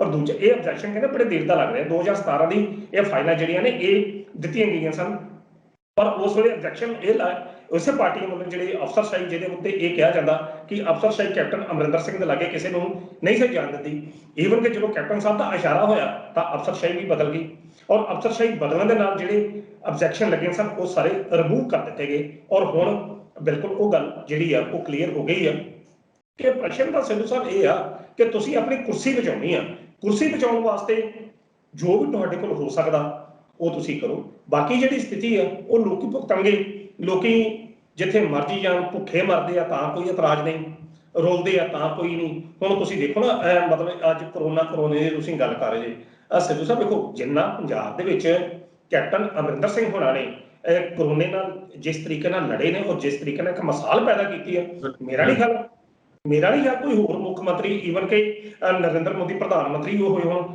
ਜਿੰਨਾ ਚਿਰ ਕਰੋਨਾ ਚੱਲਦਾ ਰਿਹਾ ਉਹ ਕਦੀ ਅੰਦਰੋਂ ਬਾਹਰ ਨਹੀਂ ਨਿਕਲੇ। ਸੋਸ਼ਲ ਡਿਸਟੈਂਸਿੰਗ ਦਾ ਪੂਰਾ ਧਿਆਨ ਰੱਖਿਆ, ਕਿਸੇ ਨੂੰ ਮਿਲੇ ਨਹੀਂ। ਦੇਖੋ ਜੇ ਉਹ ਮਿਲਦੇ ਤਾਂ ਨੈਚੁਰਲੀ ਤੌਰ ਤੇ ਕੁਝ ਨਾ ਕੁਝ ਉਹਨਾਂ ਨੂੰ ਹੋ ਸਕਦਾ। ਇਹ ਵੀ ਦੇਖ ਲਓ ਉਹਨਾਂ ਨੇ, ਬਾਕੀ ਜੇ ਸਾਡਾ ਮੁੱਖ ਮੰਤਰੀ ਨਿਯਮਾਂ ਦੀ ਪਾਲਣਾ ਕਰ ਸਕਦਾ ਤਾਂ ਸਾਨੂੰ ਵੀ ਘਰੋਂ ਬਾਹਰ ਸਾਰਿਆਂ ਨੂੰ ਨਹੀਂ ਨਿਕਲਣਾ ਚਾਹੀਦਾ, ਨਾ ਕੁਝ ਡੱਕਾ ਤੋੜਨਾ ਚਾਹੀਦਾ, ਬਾਹਰ ਆ ਕੇ ਸਾਰੇ ਆਪਦੇ ਘਰੋਂ ਘਰੀ ਅੰਦਰ ਬੈਠਣ। ਮਤਲਬ ਬੜੀ ਵਧੀਆ ਉਹਨਾਂ ਦੀ ਮਿਸਾਲ ਆ, ਉਹਨਾਂ ਦੀ ਮਿਸਾਲ ਵੱਲ ਵੇਖ ਕੇ ਸਾਨੂੰ ਆਪਣਾ ਉਦਾਂ ਦਾ ਜਿਹੜਾ ਜੀਵਨ ਆ ਉਹ ਬਣਾਉਣਾ ਚਾਹੀਦਾ। ਸਭ ਤੋਂ ਵੇਖੋ, ਜੇਕਰ ਮੁੱਖ ਮੰਤਰੀ ਸਾਡਾ ਬਾਹਰ ਨਿਕਲੇ, ਰੱਬ ਨਾ ਕਰੇ ਕੁਝ ਇਦਾਂ ਦਾ ਹੋ ਜੇ, ਏਜ ਵੀ ਉਹਨਾਂ ਦੀ ਉਮਰ ਵੀ ਇਦਾਂ ਦੀ, ਕੁਝ ਵੀ ਹੋ ਸਕਦਾ। ਸਟੇਟ ਦੀ ਸੇਵਾ ਕੌਣ ਕਰੂਗਾ? ਸਾਡੇ ਸਟੇਟ ਨੂੰ ਕੌਣ ਸੰਭਾਲੂਗਾ? ਸਟੇਟ ਨੂੰ ਕੌਣ ਵੇਖੂਗਾ? ਰਾਜ ਨੂੰ ਕੌਣ ਵੇਖੂਗਾ? ਆਉਣ ਵਾਲੀਆਂ ਜਿਹੜੀਆਂ 22 ਦੀਆਂ ਚੋਣਾਂ ਉਹਦੇ ਚ ਕੀ ਕੌਣ ਵੇਖੂਗਾ? ਸੋ ਇਹ ਕੁਰਸੀ ਤੇ ਖੜੂਗਾ। ਬਿਲਕੁਲ। ਤੋਂ ਜਿਹੜੇ ਯਤਨ ਨੇ ਕੈਪਟਨ ਅਮਰਿੰਦਰ ਸਿੰਘ ਹੋਣਾ ਵੱਲੋਂ ਸ਼ਲਾਘਾ ਤੇ ਬਣਦੀ ਬਣਦੇ ਸਾਨੂੰ ਕਰਨੀ ਚਾਹੀਦੀ ਹੈ। ਬਾਕੀ ਸਭ ਵੇਖੋ, ਦਿਲ ਬੰਦੇ ਮਰਦੇ ਨੇ, ਆਉਂਦੇ ਨੇ, ਜਾਂਦੇ ਨੇ, ਕੋਈ ਫਰਕ ਨਹੀਂ ਹੈ। ਇਹ ਤਾਂ ਇੱਕ ਰੂਟੀਨ ਹੈਗੀ ਹੈ। ਸਰਕਾਰਾਂ, ਰਾਜ ਸਰਕਾਰਾਂ ਉਹ ਕਾਇਮ ਰਹਿਣੀਆਂ ਚਾਹੀਦੀਆਂ ਨੇ, ਰਾਜ ਦੇ ਮੁਖੀ ਕਾਇਮ ਰਹਿਣੇ ਚਾਹੀਦੇ ਨੇ। ਲੋਕੀ ਭੁੱਖੇ ਮਰਦੇ ਆ, ਟੱਠੇ ਖੂਜ ਪੈਂਦੇ, ਜਿੱਥੇ ਮਰਜੀ ਜਾਣ, ਪਰ ਉਹਨਾਂ ਦੀ ਜਿਹੜੀ ਸਲਾਮਤੀ ਹੈ ਉਹ ਜ਼ਰੂਰੀ ਹੈ, ਕਿਉਂਕਿ ਉਹ ਸਲਾਮਤ ਰਹਿਣਗੇ ਤਾਂ ਆਉਣ ਵਾਲੀਆਂ ਪੀੜ੍ਹੀਆਂ ਜਿਹੜੀਆਂ ਸਲਾਮਤ ਰਹਿਣਗੀਆਂ। ਆਪਾਂ ਤਾਂ ਉਹ ਵੀ ਕਹਿ ਸਕਦੇ। ਮੈਂ ਤੁਹਾਨੂੰ ਸਵਾਲ ਪੁੱਛਣਾ ਚਾਹੂੰਗਾ, ਆਖਰੀ ਸਵਾਲ ਹੈ ਜੀ, ਇਹ ਨੌਕਰੀਆਂ ਕਿਸ ਤਰੀਕੇ ਦੇ ਨਾਲ ਰੋਕੀਆਂ ਜਾ ਸਕਦੀਆਂ? ਚੈਲੰਜ ਕਿਸ ਤਰੀਕੇ ਦੇ ਨਾਲ? ਵਿਰੋਧੀ ਧਿਰਾਂ ਤੋਂ ਤਾਂ ਲੱਗਦਾ ਨਹੀਂਗਾ ਕਿ ਇਹ ਚੈਲੰਜ ਕਰ ਪਾਉਣਗੇ ਜਾਂ ਇਹ ਕਰਨਾ ਚਾਹੁੰਦੇ ਆ ਜਿਸ ਤਰੀਕੇ ਦੇ ਬਿਆਨ ਨੇ।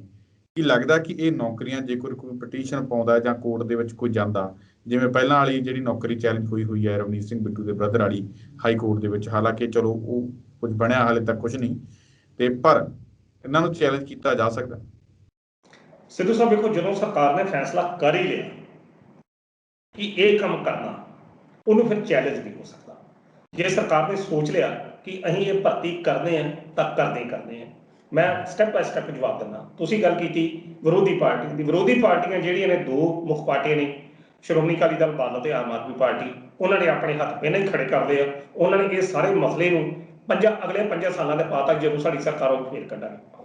ਤੀਸਰਾ ਰਹਿ ਗਿਆ ਕੋਰਟ ਦੇ ਵਿੱਚ ਪਟੀਸ਼ਨ ਜਿਹੜੀ ਦਾਖਲ ਹੋਊਗੀ ਤਾਂ ਸਿੱਧੂ ਸਾਹਿਬ ਜਦੋਂ ਕੋਰਟ 'ਚ ਇਹੋ ਜਿਹੇ ਮੁੱਦੇ ਜਾਂਦੇ ਆ ਤਾਂ ਪਟੀਸ਼ਨਰ ਜਿਹੜਾ ਆ ਅੱਜ ਦੀ ਦੂਜੇ ਪਾਸੇ ਕਰੋਨਾ ਦਾ ਸਮਾਂ ਚੱਲਦਾ ਪਿਆ। ਕਰੋਨਾ ਕਾਲ ਦੇ ਵਿੱਚ ਹਾਈ ਕੋਰਟ ਸੁਪਰੀਮ ਕੋਰਟ ਕੇਵਲ ਉਹਨਾਂ ਮੁੱਦਿਆਂ ਨੂੰ ਸੁਣਦੀ ਪਈ ਹੈ ਜਿਹੜੇ ਅਤੀ ਜ਼ਰੂਰੀ ਮੁੱਦੇ ਉਹਨਾਂ ਦੀ ਨਜ਼ਰ 'ਚ ਨਹੀਂ। ਤੇ ਜਿੰਨਾ ਚਿਰ ਨੂੰ ਇਸ ਪਟੀਸ਼ਨਰ ਜਾਂ ਜਿਹੜੀ ਪਟੀਸ਼ਨ ਪਾਈ ਗਈ ਹੋਣੀ ਕਿਸੇ ਪਟੀਸ਼ਨਰ ਵੱਲੋਂ ਜਦੋਂ ਇਹਦੀ ਵਾਰੀ ਆਉਣੀ ਆ ਉਹਨਾਂ ਚਿਰ ਨੂੰ ਇਹ ਬੰਦੇ ਜੁਆਇਨ ਵੀ ਕਰਕੇ ਹੋਣਗੇ। ਤੇ ਜਦੋਂ ਇਹ ਬੰਦੇ ਜੁਆਇਨ ਕਰਕੇ ਹੋਣਗੇ ਤਾਂ ਤੁਸੀਂ ਦੱਸੋ ਕਿਹੜੀ ਤਾਕਤ ਇਹਨਾਂ ਨੂੰ ਕੱਢੂਗੀ। ਇਹਨਾਂ ਕੋਲ ਵੀ ਕੋਰਟਾਂ ਦੇ 100 ਰਸਤੇ ਨੇ। ਪਟੀਸ਼ਨਰ ਤੇ ਭੁੱਖਾ ਲੱਗਾ ਜਾਊਗਾ ਕੋਈ ਜਿਹੜਾ ਹੱਕ ਜਿਹਨੂੰ ਨਹੀਂ ਮਿਲਿਆ ਹੋਊਗਾ ਤੇ ਇਹਨਾਂ ਕੋਲ ਉਹ ਸਾਰੇ ਵਸੀਲੇ ਨੇ। ਇਹਨਾਂ ਕੋਲ ਸਾਰੀਆਂ ਉਹ ਚੀਜ਼ਾਂ ਨੇ, ਤਾਕਤ ਹੈ, ਪੈਸਾ ਹੈ, ਵਸੀਲੇ ਨੇ ਔਰ ਵੱਡੀ ਗੱਲ ਰਾਜ ਦੀ ਸ਼ਕਤੀ ਹੈ। ਨੰਬਰ 2 ਜਿਹੜੇ ਕੋਰਟਾਂ ਦੇ ਫੈਸਲੇ ਨੇ ਸਿੱਧੂ ਸਾਹਿਬ ਪਿਛਲੇ ਦੌਰਾਂ 'ਚ ਇਹ ਵੀ ਤੁਹਾਨੂੰ ਪਤਾ ਕਿ ਕਿਸ ਤਰ੍ਹਾਂ ਫੈਸਲੇ ਜਿਹੜੇ ਹੋ ਜਾਂਦੇ ਨੇ। ਆਪਾਂ ਕਿੰਤੂ ਪਰੰਤੂ ਨਹੀਂ ਮੰਨਦੇ ਕਿਸੇ ਵੀ ਕੋਰਟ ਦੇ ਘਰ ਪਰ ਕੋਰਟਾਂ ਦੇ ਫੈਸਲੇ ਵੀ ਕਿਹਦੀ ਅੱਜ ਤੱਕ ਇਨਸਾਫ ਮਿਲਿਆ। ਸੋ ਕਹਿਣ ਦਾ ਅਰਥ ਆ ਕਿ ਇਹ ਹੁਣ ਜੇਕਰ ਸਰਕਾਰ ਨੇ ਇਹ ਧਾਰ ਲਿਆ ਤਾਂ ਸਿੱਧੂ ਸਾਹਿਬ 2 ਦਿਨ ਹੀ ਵੇਖੋ ਜਾਂ ਵੱਧ ਤੋਂ ਵੱਧ 4 ਦਿਨ ਵੇਖ ਲਓ ਮੋਢੇ ਤੇ ਸਟਾਰ ਲੱਗੇ ਹੋਣਗੇ ਔਰ ਦੂਜੇ ਪਾਸੇ ਹਰੇ ਪੈਨ ਤਹਿਸੀਲਦਾਰ ਵੀ ਸਾਈਨ ਕਰਦਾ ਹੋਊਗਾ। ਮੈਨੂੰ ਇਹ ਗੱਲ ਯਾਦ ਆ ਕਿ ਜੀਵਨ ਸਿੰਘ ਉਮਰਾ ਨੰਗਲ ਦਾ ਪੁੱਤਰਾ ਪਰਮਰਾਜ ਉਮਰਾ ਨੰਗਲ ਇੰਸਪੈਕਟਰ ਭਰਤੀ ਹੋਇਆ ਸੀ। ਉਦੋਂ ਭਰਤੀ ਹੋਇਆ ਸੀ ਕਿ ਜਦੋਂ ਉਹਦੇ ਫਾਦਰ ਨੂੰ ਕਿਹਦੇ ਪਰਮਰਾਜ ਉਮਰਾ ਨੰਗਲ ਦੇ ਫਾਦਰ ਨੂੰ ਮਾਰ ਦਿੱਤਾ ਗਿਆ ਅੱਤਵਾਦੀਆਂ ਵੱਲੋਂ। ਤਾਂ ਜੀਵਨ ਸਿੰਘ ਉਮਰਾ ਨੰਗਲ ਉਸ ਵਕਤ ਜੀਦਾ ਸੀ।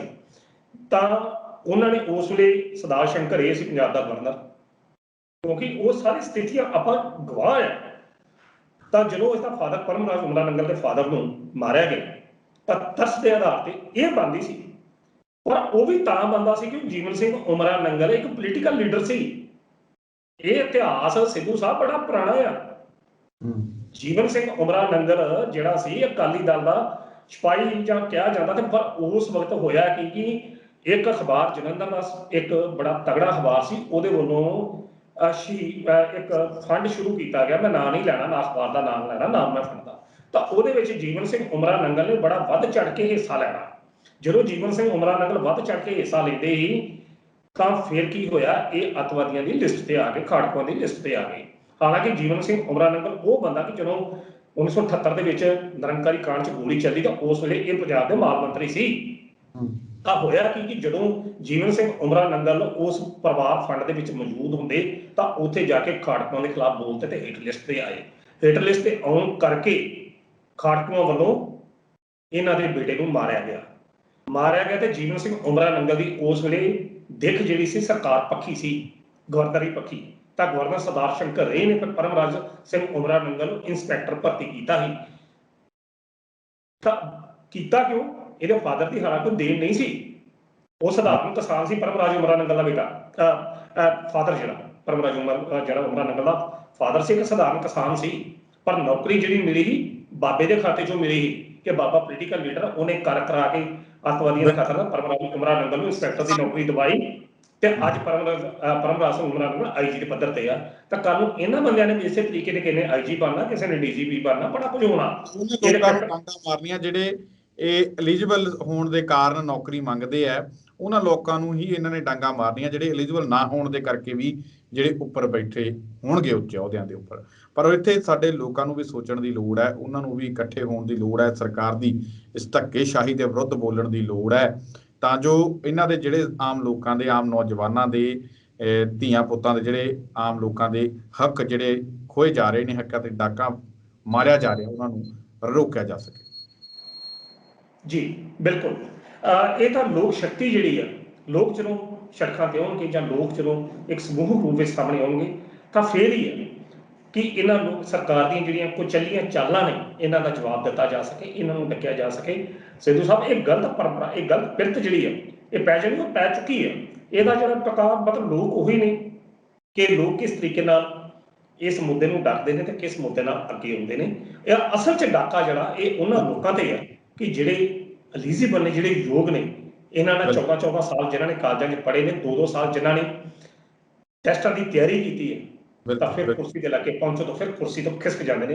ਇਹੋ ਹੀ ਆ ਕਿ ਜਿਸ ਤਰੀਕੇ ਨਾਲ ਸਿੱਧੂ ਸਾਹਿਬ ਪੰਜਾਬੀ 'ਚ ਖਾਣਾ ਕਿ ਰਾਜਿਆਂ ਦੇ ਪੁੱਤ ਰਾਜੇ ਬਣਦੇ, ਰਾਜਿਆਂ ਦੇ ਪੁੱਤ ਰਾਜੇ ਬਣਦੇ ਨੇ, ਬਾਕੀ ਤੇ ਉਨੀ ਕੱਟਣੀਆਂ ਭੇਡਾਂ ਦਾ ਕਸਾ। ਮਤਲਬ ਜਿਹੜੀ ਗੱਲ ਹੈਗੀ ਹੈ ਇਹ ਸਥਿਤੀ ਨਾਲ ਸਾਫ਼ ਹੋ ਗਿਆ।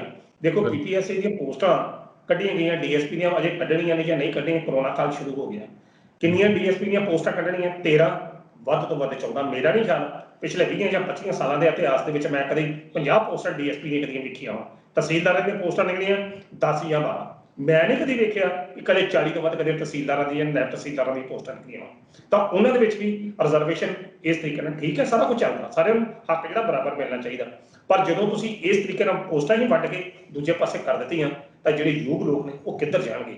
ਅਖੀਰ ਲੋਕਾਂ ਨੂੰ ਇਹੋ ਚਾਹੀਦਾ ਕਿ ਆਪਣੇ ਹੱਕਾਂ ਤੇ ਹਿੱਤਾਂ ਦੀ ਰਾਖੀ ਕਰਨ ਵਾਸਤੇ ਇਹਨਾਂ ਲੋਕਾਂ ਦੇ ਮੂੰਹਾਂ ਵੱਲ ਨਾ ਵੇਖਣ, ਇੱਕ ਅਜਿਹੀ ਲੜਾਈ ਲਾਮਬੰਦ ਕਰਨ ਜਿਹੜਾ ਇਹਨਾਂ ਦਾ ਮੂੰਹ ਤੋੜ ਜਵਾਬ ਦਿੱਤਾ ਜਾ ਸਕੇ ਤੇ ਲੋਕ ਆਪਣੇ ਹੱਕਾਂ ਦੀ ਪ੍ਰਾਪਤੀ ਕਰ ਸਕਣ। ਜੈ ਸ਼੍ਰੀ ਸਾਹਿਬ। ਰਾਣਕੀ ਸਾਹਿਬ, ਤੁਸੀਂ ਸਾਡੇ ਨਾਲ ਪ੍ਰੋਗਰਾਮ ਦੇ ਵਿੱਚ ਜੁੜੇ, ਤੁਹਾਡਾ ਬਹੁਤ ਬਹੁਤ ਧੰਨਵਾਦ ਜੀ। ਬਹੁਤ ਬਹੁਤ ਧੰਨਵਾਦ ਜੀ। ਤਾਂ ਇਹ ਸਾਡਾ ਪ੍ਰੋਗਰਾਮ ਸੀ, ਕੁਝ ਵਿਅੰਗ ਵੀ ਹੋਏ ਸਾਡੇ ਵੱਲੋਂ, ਕੁਝ ਅਲੱਗ ਤਰੀਕੇ ਦੇ ਨਾਲ ਵੀ ਅਸੀਂ ਪੇਸ਼ਕਾਰੀ ਕਰਨ ਦੀ ਕੋਸ਼ਿਸ਼ ਕੀਤੀ ਤਾਂ ਜੋ ਤੁਹਾਨੂੰ ਜਿਹੜਾ ਸਮਝਾਇਆ ਜਾ ਸਕੇ, ਆਮ ਲੋਕਾਂ ਨੂੰ ਆਪਣੇ ਹੱਕਾਂ ਪ੍ਰਤੀ ਜਿਹੜਾ ਜਾਗਰੂਕ ਕੀਤਾ ਜਾ ਸਕੇ। ਦੁਬਾਰਾ ਫਿਰ ਮਿਲਾਂਗੇ ਇਸ ਪ੍ਰੋਗਰਾਮ ਦੇ ਵਿੱਚ ਕਿਸੇ ਹੋਰ ਲੋਕ ਮੁੱਦੇ ਦੇ ਨਾਲ। ਤਦ ਤੱਕ ਲਈ ਦਿਓ ਇਜਾਜ਼ਤ। ਧੰਨਵਾਦ।